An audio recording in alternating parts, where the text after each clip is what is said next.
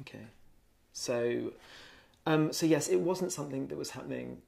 So yeah, I mean, I'd become aware of this phenomenon anyway because in my social kind of media feeds, I could begin to see this happening more. I could begin to see kind of friends and friends of friends kind of sharing images of their bodies, and then around that time there was this kind of flurry of media articles after the Mark Simpson one, talking about coining this term and kind of referring to these things that I was seeing, and so. I can't remember if it was before or kind of around the same time I began to do some research about whether this was a kind of phenomenon, and so a genuine kind of sociological phenomenon as opposed to a media phenomenon. And so the first place that I went was the Active People Survey, which is kind of massive survey that kind of surveys approximately 200,000 people a year. It's commissioned by the government. And one thing that I saw was between the period of around 2008 and 2013, there had been a 7% increase in the amount of 16 to 25-year-old men that were going to the gym, which, that's a big, that sounds kind of small, but actually when you look at, if you compare it to other sorts of sports activities they were involved in and other sorts of, growths in other sorts of areas, that was, I think, one of the largest kind of growths in kind of sports activities. That's going to the gym once a week. So clearly there were kind of people going to the gym more frequently. Then I also discovered that according to, I think, Nielsen, who are a marketing company, there had been a 40% increase in a year in terms of kind of certain fitness products that build muscle and strip fat. So this is all around the same sort of time. And something else which I found kind of very interesting, partially because I have a background in magazines, is I think around 2016, Men's Health magazine overtakes GQ as the leading men's magazine in the British kind of magazine market. And it doesn't just overtake it, it's kind of sells twice the amount. Now, obviously, there are complicated things going on there with the magazine market, but I think, that's clearly indicative of where men's interests are lying. And then there was also the kind of range of, the kind of the beginning of sort of Instagram and kind of certain hashtags around kind of FitFam and fitness, and you could see kind of literally kind of hundreds of thousands of images of men with muscular bodies kind of taking selfies in ways that were kind of sexy. There are various ways you might take images of your body. It's kind of to show development or whatever else. But I mean, these looked like kind of glossy, kind of advertising, kind of semi-pornographic kind of images of their bodies being circulated. So there was a lot that was going on around that time, which suggested this was, a sociological phenomenon that was kind of happening, at quite, for this sort of thing, in quite a big way, basically. So yeah. Great. And so this idea of presenting oneself in a kind of sexualised way, young men presenting themselves to the world, to their networks in a sexualised way, feels to me like a bit of a step change to how young men might have presented themselves to the world even 10 years ago. Yeah, years sure. Ago. What are your sort of thoughts on that? Yeah, no, I think that's completely true. And historically, these kind of, young, even young kind of white, often heterosexual men didn't, they weren't kind of sexualizing themselves. There's two different things going on here, right? So there's also the availability of social media to kind of, you can take selfies now with kind of front-facing cameras. You can distribute those, with your kind of 3G and your Wi-Fi, across these new platforms. So, that's obviously an important kind of factor that facilitates that. But obviously these things can be used in loads of different ways. So it's interesting that they're being used in this particular way. And historically, we associate women with this sort of, taking care of their body and, presenting themselves, in particular ways, for the male gaze, to kind of, in a way to kind of feel valuable in a kind of wider context in which they're not quite able to achieve the same sorts of kind of value that men have historically been able to kind of achieve. So like owning property, getting the kind of the big jobs, exercising power. And so men, so this was something that I think that you see all of these kind of demographic trends begin around kind of 2000 and kind of 2010, that sudden steep growth in men going to the gym and the ways of mediating those kind of the work they're doing in the gym. And so I began to think about that, what was going on at this time, that suddenly men, in ways they historically haven't been doing this, why they're beginning to do it now.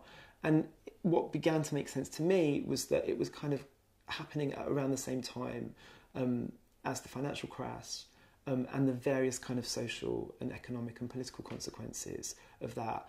And it kind of completely transformed the context that young men were kind of growing up into.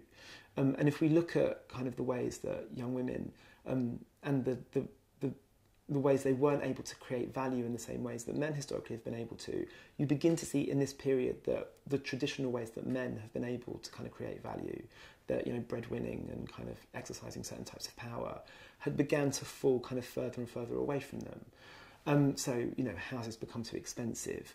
You no longer have kind of jobs for life. You have kind of insecure contracts. You're going from kind of job to job. Disposable incomes are kind of decreasing at this period. Young people in particular, there's things around education. So the educational maintenance allowance kind of stops a certain kind of person being able to get into education, to get the sorts of educational capital they need to get the sorts of jobs that historically they would be able to have got. So there's a whole different range of things that are happening that it seemed to me could help make sense of why men were beginning to use their bodies to create value, because the more traditional means that they've been able to rely on historically had begun to be eroded in this kind of post-crash kind of austerity climate, where precarious jobs and things like that. So that seemed to me that's what I argue, that's what the context is in which this begins to make sense. And I think you're right, it's only in the last kind of 10 years and that helps make sense of that, I guess. Super interesting. And so this point around the changing kind of economic and financial kind of cultural kind of context around the crash and the end of the last decade. Fast forward now, I suppose, sort of 8 or 9 years. Do you think that what do you think of the pressures that young men face today? Do you think they are there kind of new pressures? What are the kind of challenges that young men face today? Well, I think that Britain in particular, you can see all over Europe and the US and Britain, the ways that the kind of historical changes after the crash are creating much more difficult situations for everybody. And, I do say in my work that, it's not young men in particular that are singled out by these particular changes. And there's loads of kind of feminist work that looks at, women are experiencing these in much harsher ways. Obviously, migrants are experiencing these in much harsher ways. Nonetheless, there are particular ways that men are, and young men particularly, who've yet to kind of accrue the sorts of capital that their fathers and their grandfathers were able to at the end of the 20th century, that make it difficult for them in particular ways that kind of help us make sense of the things that I'm looking at anyway. So just what I was saying before, young men, if you look back into the kind of 1960s, where there was a kind of strong welfare state, where money was being redistributed, the money that was being kind of created by, the kind of economic boom was being redistributed to working class people in ways that hadn't happened historically. And the sorts of kind of secure, the kind of security that provides, particularly for men. I mean, feminists talk about that period as it being kind of geared towards men, and, women did not get as great a deal.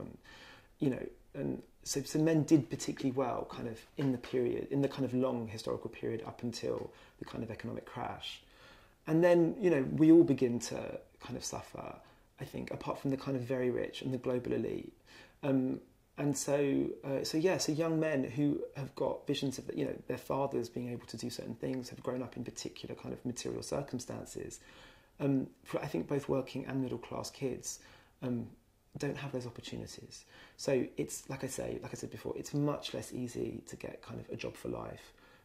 Whether you want that or not, that was the way that kind of employment worked up until, I guess, the 1980s, 1990s, and particularly now, 0-hour contracts, freelancing. These are much more kinds of common ways of people getting work.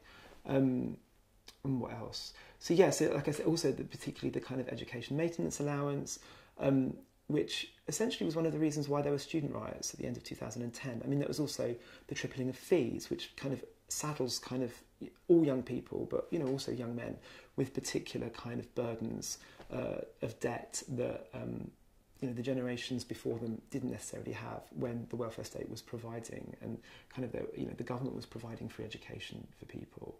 So so I mean, I look at this really in terms of kind of neoliberalism and the intensification of neoliberalism after the crash.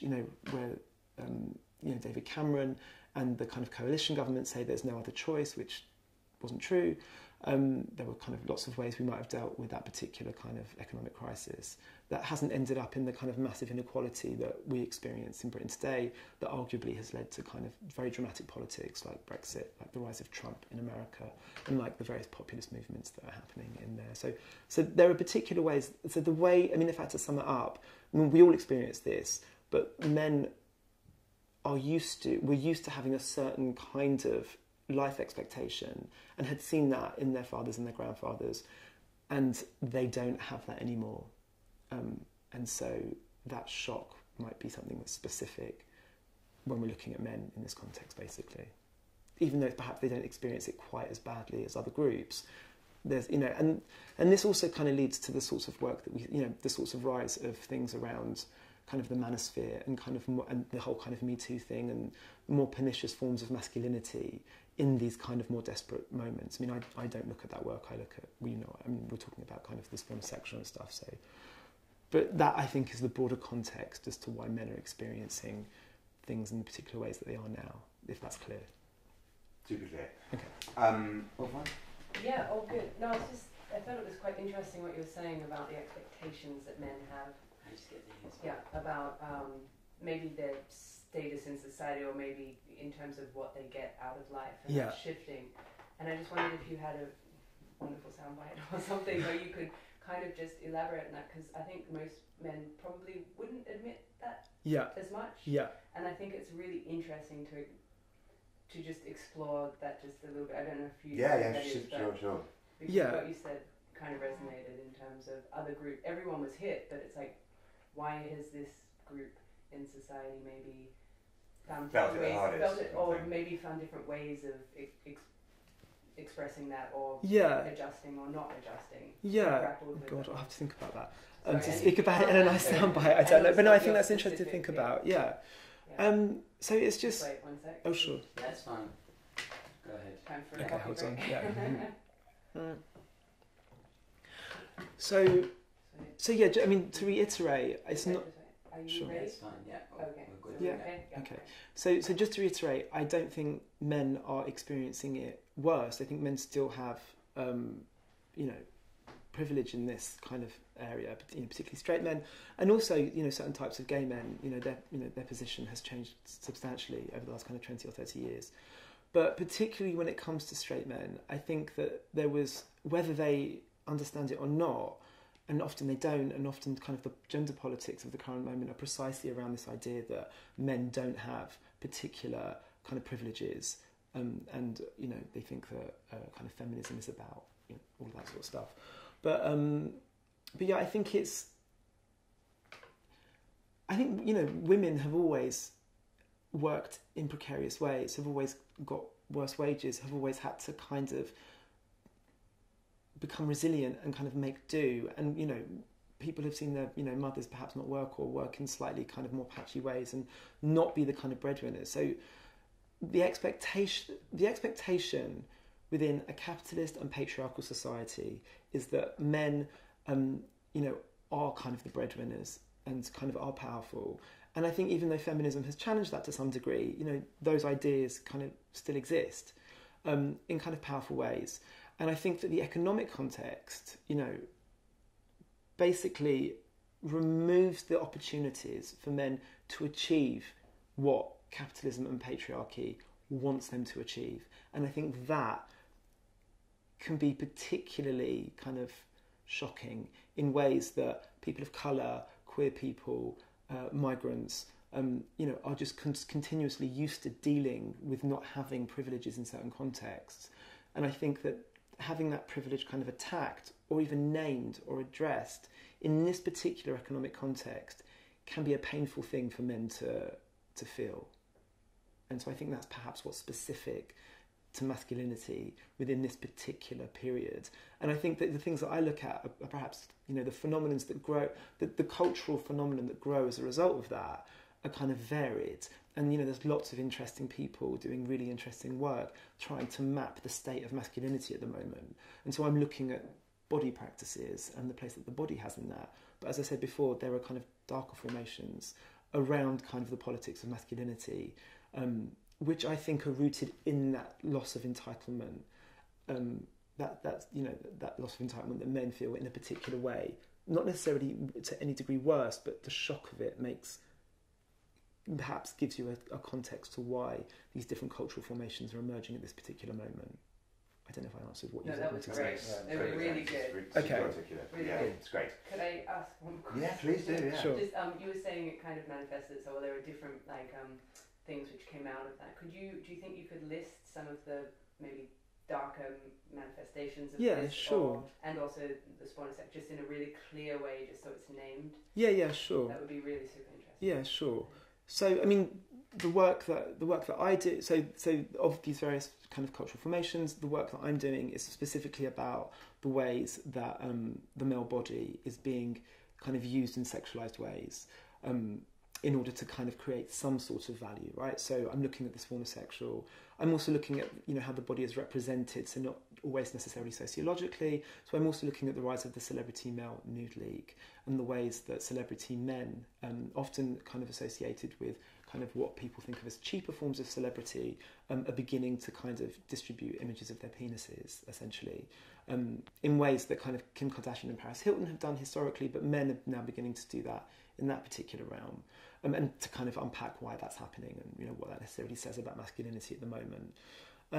But also there are other kind of, as I said, darker kind of formations. So I'm thinking particularly about kind of pickup artists and the seduction community, thinking about the stuff that happens around the manosphere, so that whole area of the internet that ended, that kind of networked space where has very kind of troubling ideas around kind of gender and women, and that ended up supporting, was understood to help kind of support the growth of Trump. I mean, Trump is a form of masculinity that is beginning to emerge at the moment that kind of speaks to what I've spoken about, and connected to the whole manosphere. There's kind of incels, the kind of voluntary and celibates that are now beginning to perform sort of targeted kind of assassinations and stuff like that. So, I mean, I don't think it's just about the dark side. I think there are kind of arguably more benign manifestations, but I think this is where masculinity is at the moment, and I think it can be made sense of in relation to the historical conditions that have manifest after the crash and the various ways that governments have tried to manage those in a way that keep kind of neoliberal politics and economics kind of afloat, even though it seems to be kind of falling apart. Yeah. That's great. I guess thinking about the neoliberal construct, I guess another kind of key facet of that construct is individuality. Kind of this sort of slightly selfish, solipsistic sense of oneself. And I guess thinking about the phenomenon of young men taking it upon themselves to broadcast their physicality in a sexual way, sure, can speak to that kind of sense of totally confidence in individuality. Yeah. I mean, it'd be great if you could just talk about that a little bit. Yeah, so some of the work that I've drawn on is the kind of work that's appeared in the last 10 years in media studies around self-branding. So people like Alison Hearn have written about that, and Sarah Bennett-Weiser, who's just moved to the LSE actually, she's written about self-branding. Sarah Bennett-Weiser talks about it in relation to women, but it's the way that social media facilitates the possibility of us kind of thinking of ourselves as a brand. And it's not, I mean, I really try to move away from the idea that it's the technological conditions that produce this. I think the technological conditions are one facet of a whole range of the historical conditions that I've been talking about. But certainly one of those, the major framework that I try to understand these changes is neoliberalism, right? And so the idea that the kind of ideal mode of being in the world is the kind of entrepreneurial, kind of competitive individual, and that way of being in the world, which comes from kind of business and comes from kind of capitalist economics and a particular type of capitalist economics, that way of being is the optimal way of being in every area of social life, right? So those ideas get applied to the welfare state and to social policy. But I guess the ways that I'm kind of looking at it, and kind of people like me who do this work, are looking at how this idea begins to shape the way we see kind of ourselves. So our subjectivities, the way that we understand who we are in relationship to the rest of the world. And so this, I think, provides a kind of cultural context to precisely the kind of rise of self-branding, which I think a lot of this born of sexuality stuff can be made sense in relationship to. So we begin to think of ourselves, to try and optimize our kind of place in the world by understanding ourselves as a brand, which is historically kind of unusual, right? I mean, we think of ourselves as people, or we have identities, or we're defined by our relationships. But in our everyday lives, to begin to use social media in a way that operates very similar to kind of corporate brands, and the Spawnersexuals kind of that I spoke to, did that. There were particular hashtags that they used. There were, the image themselves look like the kind of images you get in Men's Health. Something I always think about is when I look at the pictures that I took, when I was 16 and 17 on those disposable cameras. I mean, they were rubbish. I mean, they just couldn't help but be rubbish because I didn't know how to... But I mean, we now have the technology and also the visual kind of literacy to begin to produce kind of very glossy kind of advertising style images of ourselves. And, they become networked in certain ways, they become shared in certain ways, and people begin to speak about themselves as if they were brands. So I remember one of the guys that I spoke to, talked about the way that he took images of himself in swimming trunks by a pool, and he would take like a whole series of those when he was on holiday, and then he would slowly release them when he came back because he wanted to sell a particularly kind of attractive version of his life. He talked about it as selling the dream, and so he did a photo shoot that looked like an advertising campaign, and the way that he distributed those images kind of followed the logic of a marketing campaign. So there was a very clear evidence there of people beginning to think of themselves as as individuals and kind of as brands, and this is what happens to some people in a neoliberal culture, which kind of incites us to continuously kind of entrepreneurialize every aspect of our lives, even our sense of selves and even our kind of personal and social lives. That's great. Great. Okay. So thinking about the people you've spoken to in terms of the kind of this, I guess the sort of Spawnersexual archetype, and thinking about the ethnography you've done with them, who would you say are the kind of role models or kind of aspirational figures in their lives? Sure. Most of the people that I spoke to when they did talk about role models were fitness professionals, so professional fitness models. And I actually spoke to a professional fitness model as well. I spoke to a couple of them actually about the work that they did, about their jobs and about their lives. So yeah, I mean, it's looking at the people that end up on the front of Men's Health, and then following their content that they produce, whether that's fitness plans or whether that's kind of nutritional plans or whether it was just kind of they follow them on their Instagram accounts and they continuously kind of look at them. So it's them. Actually, and what was interesting to me is that historically men have perhaps aspired to sports stars and sportsmen, and that was about particular kind of sports skills or a particular kind of ability, but this was very much about simply achieving a body kind of archetype. And certainly when I was growing up, I mean, I suppose we did know bodybuilders because they became celebrities, but bodybuilding was pretty niche and nobody talked about bodybuilders. I'm thinking of Arnold Schwarzenegger in the 80s or whatever. But now there's a kind of, they're fluent in these people, who they are, what they do, and how you would necessarily achieve that. And they begin to take those skills and apply it to their everyday kind of lives and their diets and stuff, so and their fitness regimes. So, yeah. I'm so sorry, I think that's my phone. That's Okay. very Can we embarrassing. turn it off? Is that over here? Yeah, sorry, totally forgot.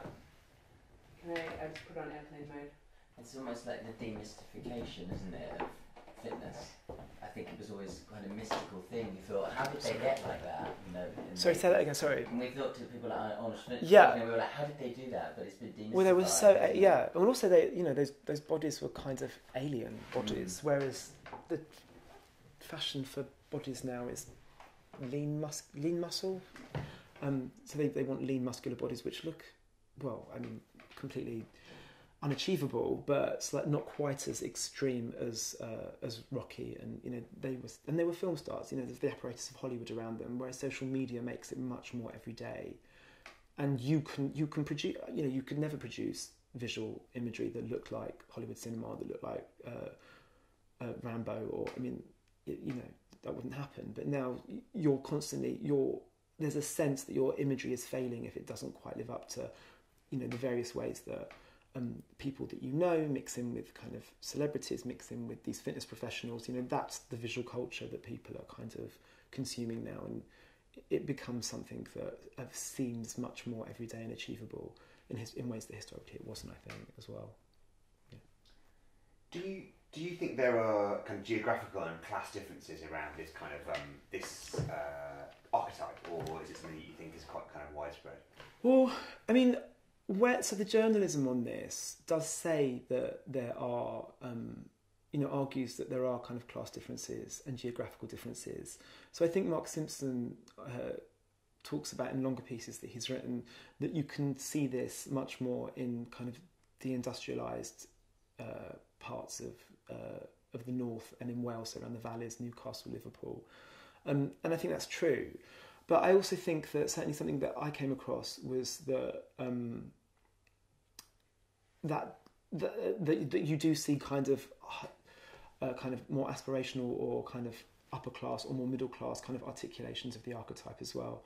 So one of the things that I thought was very interesting was that there is a kind of whole culture of it around the city, and so there's the Equinox lifestyle brand that is kind of enormously kind of aspirational. I think it comes from the States, and it's not a lifestyle brand, sorry, it's a gym. So the Equinox gym, which kind of targets very kinds of wealthy kind of city men. And certainly there are gyms around the city. I mean, I had to go and see a physiotherapist for a shoulder problem that I had, and one of her offices was in Gymbox in Holborn, and you know the fees are kind of astronomical, and you can see the people in there. They're people who work in the city, and they are spawnosexuals.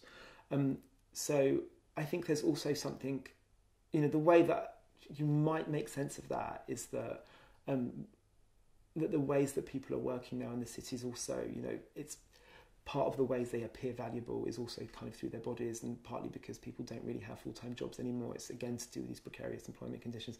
And even if they're getting kind of phenomenal salaries, there is still a sense of having to kind of keep, you know, you can't relax. You constantly have to seem kind of like a productive, kind of spectacular kind of person. So I wouldn't want to say there is no difference, because, you know, there are those cultures, and when you look into those cultures in those kind of poorer deindustrialised areas, you're seeing that people are actually kind of going broke and kind of spending extraordinary amounts of money, well, not extraordinary amounts of money, but comparatively to the disposable incomes that they have, in order to continue to achieve these kind of bodies. But you do see kinds of you know, more aspirational kind of archetypes and more kind of middle and upper middle class, you know, articulations of the spawnosexual as well. Yeah. Would you mind to just repeat that last phrase, because there was some knocking. I think that it's going to happen, but I know. just a I last. should go around again. What did they say? I said I'd go back when we were done in 90 minutes. I said 90 minutes to be careful, but they Do you think they heard 19? I said I would tell them when we were done. Were they quite kind? Quite okay about it? Really nice, yeah. I think Yeah, maybe it was they just became an urge Okay. that needed to be. Yeah, maybe. So what is it? So Just the last bit, and I've kind of just forgotten what that was, but it was the wrapping up of that. yeah, the- okay. Just the maybe status, sum up yeah. to kind of the point about Yeah, sure. crossing areas. So I think, you know, there are. I mean, I wouldn't want to downplay the important ways that class has manifested itself in Britain, you know, over the last 10 years, and the different class ways that people have experienced these changing economic conditions. But you do see certain middle and upper middle class and kind of expensive and aspirational articulations of the spawnosexual that can't be made sense of in relation to the industrialisation, basically. Okay. Just sort of broadening out the conversation, and I'm conscious this is not the kind of focus of your work, but just a kind of as a kind of bigger question. So the swanosexual is, I guess, an archetype, really, you know, in the very classic sense of the kind of the word. And I think thinking about sort of social, I guess, theory over the past 10 to 15 years, they got to a point where we sort of stopped talking about kind of archetypes and tribes, especially with young people. It felt like it was a bit amorphous, and it feels to me like now we're back in an era where there are kind of quite clear kind of types of young people that you see. So I wonder whether you have any reflections on the other kind of archetypes of young man that you think exist today. I don't know if I can. I suppose one thing that I could say to that question is that I'm not entirely sure. There was no sense that this term, the spawnosexual, was a term that was used by the people that I spoke to. I mean, it's, you know, Mark Simpson is very good at kind of coining very succinct terms that talk about a particular cultural phenomenon. So I'm using it in that way because it's a very succinct way of talking about what I kind of want to talk about. I don't know that I just don't know. Like when the interviews the people that I spoke to, they didn't use that as a term, even though there's very clearly, you know, they are involved in these practices. Like nobody identified as a spawnosexual. Nobody kind of looked to the people as. But yes, I mean, I think that it's useful for cultural theorists and for journalists to use that term and to identify that as an archetype, because that's clearly something that is going on for young men in culture at the moment. But I mean, honestly, I can't answer that. I would just be blagging. Fine. totally fair enough. Yeah, exactly. I was like, oh yeah, there's it's like, I don't know. Do you know those? Yeah, exactly. Yeah, young people listen to like rap. Don't Totally fair enough. Okay, so I want to come back to a little bit to the kind of manosphere side of things, and it's not about your expertise in the space. It's just kind of your reflections as someone who's interested in the kind of in looking at where masculinity is heading, really. So there's a lot of kind of conversation about in the kind of certainly in kind of popular media around this notion of kind of toxic masculinity. Yes, kind of sure. So I guess, I mean, the question is just really, what do you kind of make of that notion of toxic masculinity and this kind of demonisation of straight white men that might kind of sit alongside it? Yeah. Well, I mean, even though I'm kind of using the term spawnosexual in my own work, I'm always a little bit suspicious of the way that the media kind of coin terms and the way they get taken up, you know, and spread kind of you know, globally, basically. I think you know, my background is kind of cultural studies and kind of feminist-inflected cultural studies, and obviously I'm very interested in investigating gender, and I think it is really continues to be important to kind of map kind of patriarchal power relations and how that affects all kind of gendered subjects, you know, understanding patriarchy as a system and how that kind of affects all such sorts of gendered subjects, and how, you know, that's a system of relationships between these kind of gendered subjects. And I think it's important I mean, the term patriarchy has fallen a little bit out of fashion. I say that, I mean, I suppose in the media people kind of use the term the patriarchy, but certainly in feminist theory, it's kind of fallen a little bit out of fashion, and people kind of use different frameworks to understand gender relations. But you know, how useful is the term toxic masculinity? Is it demonising young men? I don't know, possibly. I mean, it perhaps would be better if we, you know, it's a very new term. It suggests that there are kind of newer iterations of masculinity, and I think there are certain forms of kind of patriarchal power relations which have existed for decades, if not centuries, but certainly the time frame I tend to look at, for decades, that continue to persist, even though even though we're arguably post-feminist, or people use that term, I don't agree with it. But I think it's worth pointing out the ways that patriarchy privileges certain types of white heterosexual masculinity and the sorts of people that get excluded from those structures. I don't know if toxic masculinity is the best way to talk about that, and the way that it gets taken up and gets used. I mean, I'd have to speak to young men about their relationship to that term. Certainly the idea wouldn't be to demonise young men. It would be to begin to open up, you know, the point of kind of feminist politics, for me anyway, would be begin, to get everybody kind of talking about ways of making, our culture more fair and more equal for all the gendered subjects kind of within it, basically. So yeah, I don't really have a lot to say about toxic masculinity in and of itself. Okay, that's fair enough. But just to kind of pick up on that point about, I guess, about the kind of continued privilege of the patriarchy. Yeah. And your reading on the rise of kind of gym selfies. Yeah. And I guess part of your narrative around that is the idea that young men are finding that some of the things they have assumed about their lives from a sort of patriarchal kind of perspective are not true. There's been a bit of a kind of jolt in that narrative. Right? So I guess it's quite interesting to think about. I mean, I think the notion of patriarchy is inevitably sort of has an association with your reading on I guess that kind of sure gym selfies as a reaction to perhaps a sort of jolt in that narrative. Sure. I mean, so it's not, so again, like I said before, I think that living in Britain over the last 10 years, it's very clear that all but the most the wealthiest, the kind of global elite, the kinds of people that kind of have moved to London, I mean, before Brexit, because that's obviously going to change quite a lot, but have experienced kind of austerity, recession, the growth of precarity, in really kind of meaningful ways. And, I would argue that rise, you can make sense of kind of the intensification of Brexit, of nationalism and its expression in Brexit, and, is an example of that, right? And that affects all of us.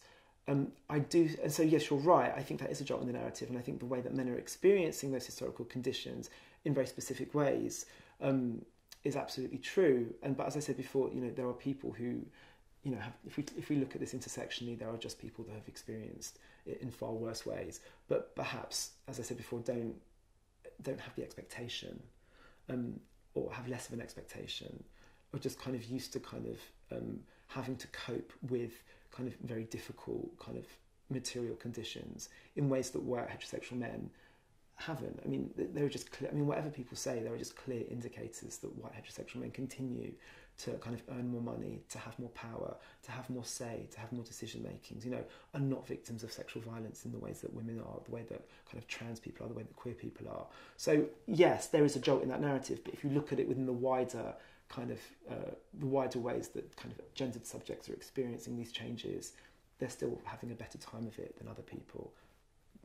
Yeah, does that make sense? Can I ask a follow-up question on that?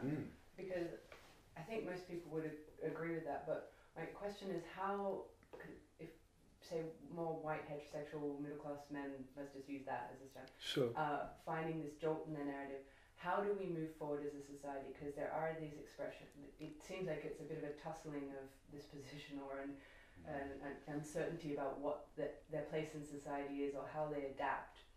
How do you think we move forward, or what do you think the question is that they need to ask themselves, or to kind of get to the next point? Maybe they're in denial now.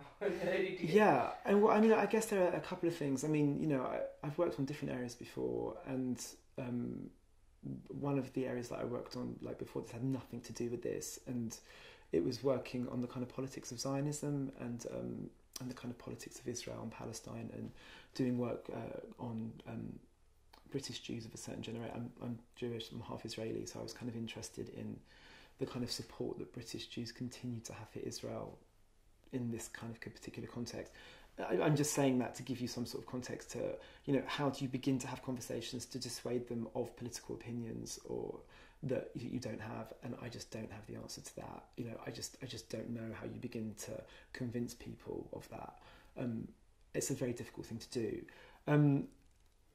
I do, my politics in this respect are rooted in a sort of socialism that does believe that if there is a greater kind of redistribution of material resources, that I don't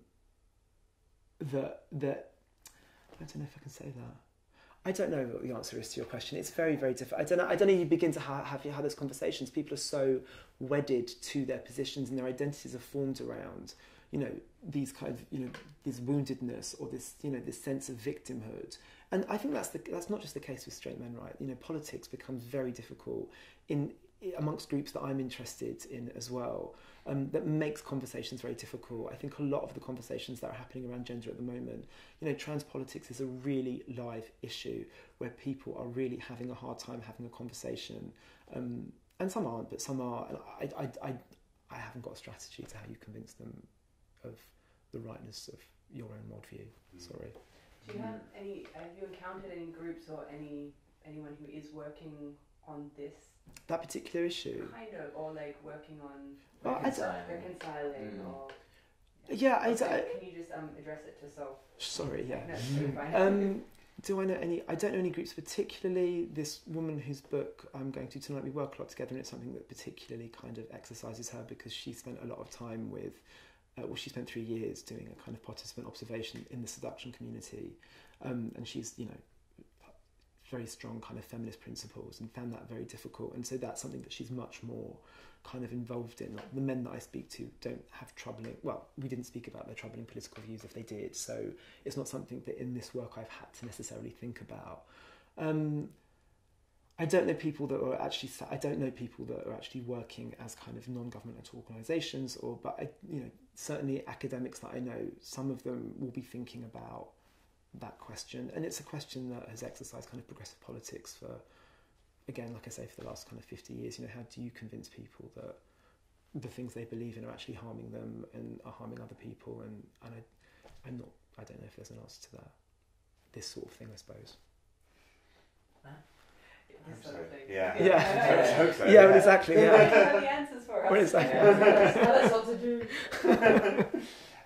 So can I ask a question about the body image? So, Of course, yeah, please do. I thought, I wanted to know what you thought about young men who have subscribed to this body image and is aesthetically led, like what the harm is in that, and maybe if there are positive aspects to it too. Yeah, sure. So the harm that so I don't really take like a psychology or kind of a body image type approach to it and think about it in terms of mental conditions, but certainly the people that I spoke to, they talked about the kind of extraordinary labour that it takes to kind of even get something remotely like that body. So the eating regimes are particularly grueling. If you really want to achieve a kind of spawnosexual body, the eating regimes are particularly grueling. The exercise regimes are particularly kind of hard work, and kind of after that, there was a constant sense of anxiety that their images were never quite as good as they should be, that they were in continuous competition with the other people. There was a lot of animosity towards kind of the other people that they were kind of competing with. The joys of it, they did speak about the joys of it. I'm a firm believer that, if these things take root because not just because they're self-destructive, but because there is something kind of pleasurable about them too. And so people spoke about the kind of pleasure of seeing themselves look the way that they wanted to, the pleasure of kind of it being validated on social media with the shares and the likes and the comments and things like that.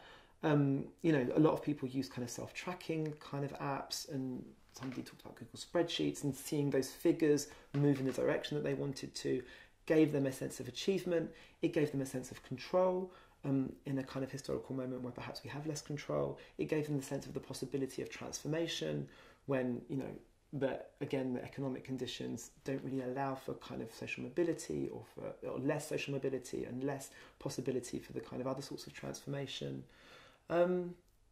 Yeah, I think those are the things that came out of the interviews of the people that I spoke to.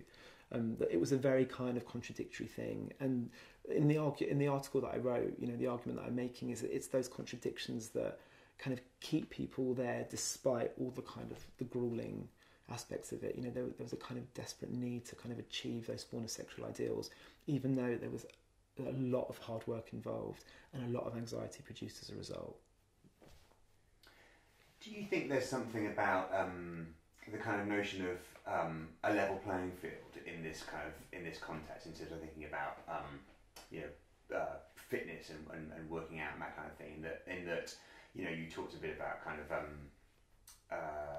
fat stripping products and Sure. protein, and the world, the kind of the men's health resources and online stuff, and the fact that it's almost like a kind of base level at which anyone can compete if they are prepared to put in that work, and that maybe from a sort of neoliberal sort of American dream kind of context, that it's something that anyone is able to achieve if they only put the hours in. Sure. Yeah, I mean, I didn't look at that so much. I mean, I went to a conference recently where someone coined the expression, or used the expression, meritocratic body fascism, which I thought was really interesting. And yeah, that was in relation to kind of certain archetypes within gay culture. So he was interested in the jock archetype, and in very parallel ways, very specifically how, the jock and the spawner are very kind of similar, and the particular manifestation of that within kind of gay kind of club culture and scene culture. Yeah, I mean, I think possibly the ideology of meritocracy certainly pervades some of the ways that the fitness instructors that I spoke to said that. I'm not entirely sure that's the case. People have different bodies, they do different things, they look different ways, But that definitely, I think, is an ideology that is used when fitness instructors have clients, and certainly the comments and the texts on social media and on the websites, it does talk about all you need to do is hard. It's that neoliberal kind of idea of you just need to work hard, you just need to be committed, and you can improve yourself, and then implicitly you can compete within this visual kind of sexual market. So yeah, I mean, so much of this was suffused, I think, with it wasn't just that this was a response to material changes that have happened in this country as a result of neoliberal austerity, but also the practice itself, I think, in so many ways was suffused with kind of neoliberal ideology. So it is the kind of those two things together, which I thought was quite interesting. Brilliant. I just want to come back to something you were talking about earlier around, you were talking about the male gaze in terms of female kind of, I guess, sort of body self-expression, for one of their kind of words. And I guess the question is, who are the audience for gym selfies? Is it a combination of a kind of a female kind of sexualized audience and a male kind of competitive / kind of peer audience? Is it just about having an audience in general? What's your kind of take on the gaze for these images? Yeah, sure. I mean, I didn't look at that in any detail actually, but my sense is that it is both, and there is definitely a kind of homosocial bonding and homosocial kind of competitiveness amongst the men. And my memory is that when you look at the people kind of commenting, it will be a mixture of I guess either men or women saying, "Oh, you look really hot," or asking men how they achieved it, or kind of validating them by saying, "Oh, well done," or you're doing really well, or whatever. And also kind of built into those comments was also kind of fitness companies trying to hawk.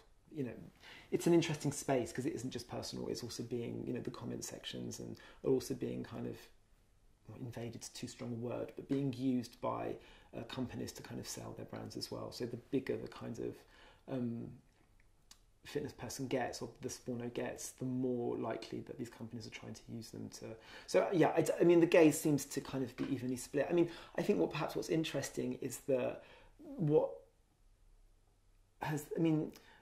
that shift where you begin to look at male bodies in a kind of eroticized ways. People began to notice that and talk about that in the kind of 1980s, and who you're opening that up to. There seems to be a lot more kind of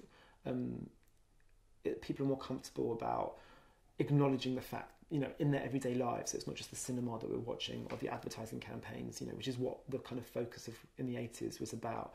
People are it's not such a threat to masculinity to understand that you are. That your body can be sexually appealing to people, and that kind of vanity and that narcissism isn't as threatening to kind of hegemonic models of masculinity than it used to be. So you get descriptions of, I think I read this in one of the articles in the Telegraph, where a young man talks about the difference between I think he was in Newcastle, that all of his friends were very kind of gym oriented and were kind of going to Top Man to buy these new Muscle Fit t-shirts and the fake tan and the hair, that whole kind of archetype. But that very strong distinction between him and his dad who had a very different sort of masculinity, and that masculinity would have been very threatened by the idea that you spent so much time grooming yourself and you spent so much time kind of fashioning and modelling yourself to a female gaze or to a gay male gaze, or to make your body kind of look desiring so people can look at it. That would have threatened that sort of masculinity. But, you know, this spawn of sexual archetype, I think, suggests that's less threatening, but that doesn't, it's more complicated than that. It doesn't necessarily, that is neither a good nor a bad thing. You know, things that my article showed was that actually that shows the kind of the weakening of those men in a way. Do you understand what I mean? Well, can you expand it a bit more? So the weakening of a former sense of masculinity, or the weakening? Yeah, so I mean, the ways that our culture makes sense of the ways that bodies become sexual and become visible in our culture, they generally that generally show. So let me start again. The gendered and raced ways that bodies become visible in our culture, and the ways they become kind of sexual and visible in our culture. If you are part of a group who becomes visible in our visual culture because of the ways that your bodies are sexualized, that is an indication that you don't actually have that much power in our culture, right? We don't see middle-aged men with their kind of clothes off, if you see what I mean. In fact, only until recently we haven't seen men really, comparatively anyway, right? And so the fact that men now begin to feel comfortable kind of visualizing their bodies in kind of sexual ways is for me an indication, as I've argued in the Spawn of Sexual Work, that men are beginning to lose their kind of power within this kind of broader power structure where the most powerful people are associated with their minds and their decision-making processes, and all the rest are defined by their bodies. And so whether that's kind of putting your body to work, or whether it's because you're involved in sex work, or whether that's involved with becoming kind of visually kind of consumed. Do you see what I mean? So, I mean, I don't think it should be that way. Like, I think that, you know, we need to think more about ways that, you know, different sorts of bodies become visible, and different, and the ways that different sorts of sexualities become visible. But we need to think about the conditions which allow that. And at the moment, we exist in a culture where the more visible your body becomes, that's not a great thing for the social group that you belong to. I don't know if I've explained that very clearly. I thought it was really good. Yeah, I thought it was really clear. Okay. I think so just sort of building on that, I guess there's an interesting point around, I guess sort of just thinking very kind of, on a kind of very sort of basic kind of Foucauldian level around kind of power, and then kind of notions of consumption, this idea of offering oneself up as a site of consumption. Yes. Which is something that I think that what you're saying is, you know, that's something that men have traditionally never done, and actually this is a group of men who are sort of taking that on. Yeah. Yeah. Exactly. So, yeah, I would only repeat what I just said before. Yeah. The only thing I can say is what I just said before. Yeah, fine. Yeah, I mean, and just to add that I think that I don't like a culture where sexuality has this particular place within it, right? Where it's some, you know, the more involved you are in kind of sexuality, you know, or the more you have to use sexuality as a form of value creation. So, you know, I guess I'm interested in the interlocking of kind of capitalism, but then also kind of systems of desire, or kind of bodily systems, right? And how sex and the body and intimacy operate within a kind of broader kind of capitalist system, I guess, is my general approach. And I don't think it's good that people who, you know, that sexuality has this denigrated space within these kind of... So, yeah, I think there should be more representations of different sorts of sex, and I think sex should have a much more, and bodies and intimacy and desire should have a much more kind of open and multiple kind of position within our culture. But as the culture exists, the more visible we become sexually, the less power that we have. And so that isn't a good thing, but that is the way things are. And so if you look at these things sociologically, I'm thinking out loud here. I don't know. Again, So I'm probably that's rambling. We need to change our card. Okay, let's do it. So